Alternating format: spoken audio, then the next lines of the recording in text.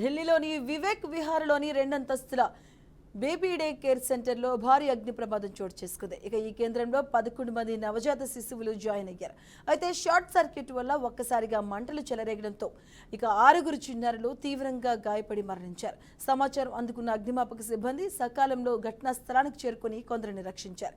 గాయపడిన వారిని అంబులెన్స్ ద్వారా సమీపంలోని గుప్తా నర్సింగ్ హోమ్, తూర్పు ఢిల్లీ అడ్వాన్స్డ్ నర్సింగ్ హోంలో చేర్పించారు. సంఘటన ప్రదేశానికి పోలీసు బృందాలు, రెస్క్యూ టీం చేరుకుని పలువురు నవజాత శిశువులను రక్షించారు. इसमें बच्चे भी थे।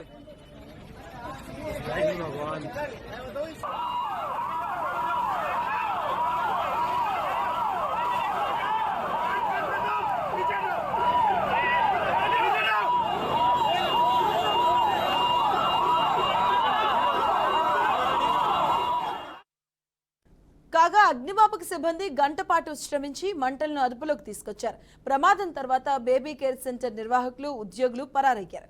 ఇక ఈ ప్రమాదంపై కనీసం బాధితుల తల్లిదండ్రులకు కూడా సమాచారం ఇవ్వలేదు. ఘటనా స్థలానికి చేరుకున్న పోలీసులు తల్లిదండ్రుల ఆచూకీ కోసం ప్రయత్నిస్తున్నారు.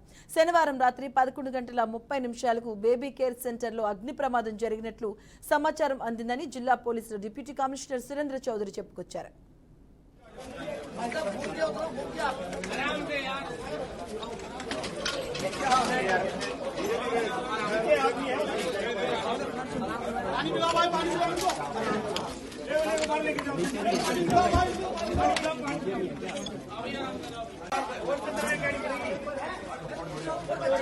अरे वो का लड़का बच्चे हो रहे क्या